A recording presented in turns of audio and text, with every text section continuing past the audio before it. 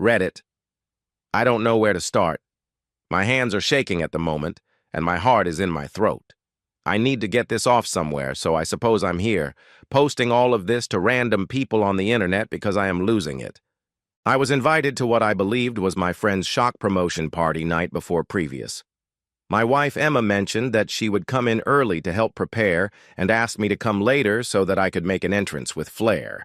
It did have a slightly strange turn of events, but she had always had a special talent for planning big surprises, so I did not pay too much mind. By the time I arrived, the house was packed to capacity immediately. Music was on, drinks were pouring, and everyone appeared to be okay. Emma wasn't leaning over the bar or crying uncontrollably either.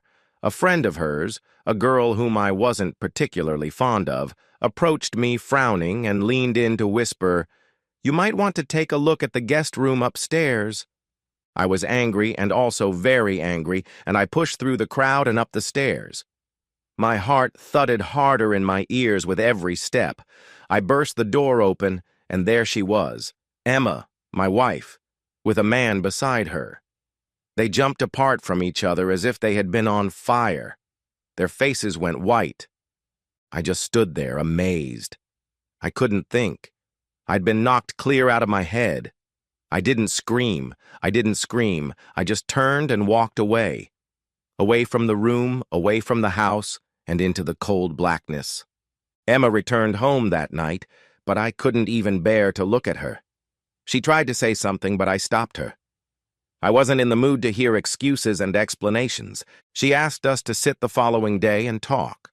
I nodded reluctantly, my stomach grumbling in dismay and anguish. She filled water in a glass and held it as if holding on to her last reservoir of energy. "I have to speak," she whispered, silencing the room. I sipped the coffee slowly and placed the cup down gently. "Talk then," I spoke reluctantly. She sat opposite me, fidgeting and brushing her hands from top to bottom over her legs. "I do know I hurt you, Jake.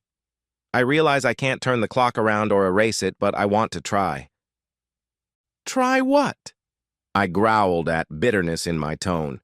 "To make this easier? To pretend and lie about it not even happening at all?" Emma groaned, but didn't retreat. "No," I told her. "I know we can't deceive. But I want to create a path forward, both of us." I shook my head and let out a caustic laugh. "Not both of us, Emma. Not anymore." She cried tears of sorrow, but I didn't feel anything. I was done feeling sorry for her. I was done feeling sorry for myself. "I was wrong," she sobbed, shaking. "I was so wrong. But I love you, Jake. I never did stop. I love you." She uttered the words, and the impact of them hit me smack dead center in the chest. I wanted to believe her. I did. But how was I to? How could I trust her after everything that she'd done? "Love?" I scoffed. "You call that love? Cheating on me, sneaking around behind my back, embarrassing me in front of your friends? If that's love, Emma, you can forget it." She sobbed, crying hysterically. For a moment. I felt a pang of pity for her for a split second, but it wasn't, and never would be. The next few days, I struggled with my emotions. I was caught in the middle of the love I had for Emma and the lie that I could not help. I knew that I had to decide, either attempt to salvage what was left of our marriage or be off. There was no decision in the end.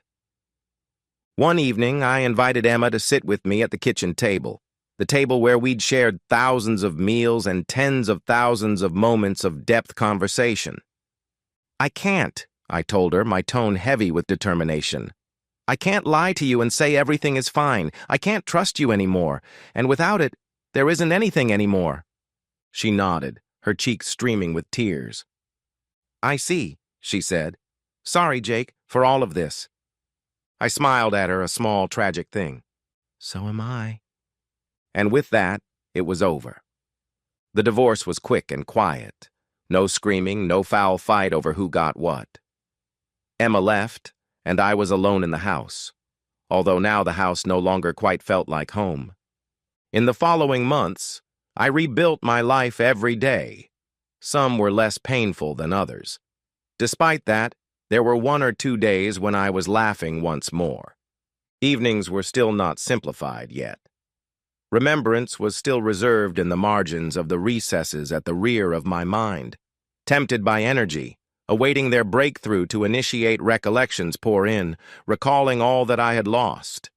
I don't know if ever I will manage to get totally over what happened, but I'm doing the best that I can. And maybe, until notice, that will just have to be enough. And then there is Emma. I have no idea where she is or what she is doing, and just to make a point, I don't care all that much. She made her choice, and I made mine. Life moves on, and so will I.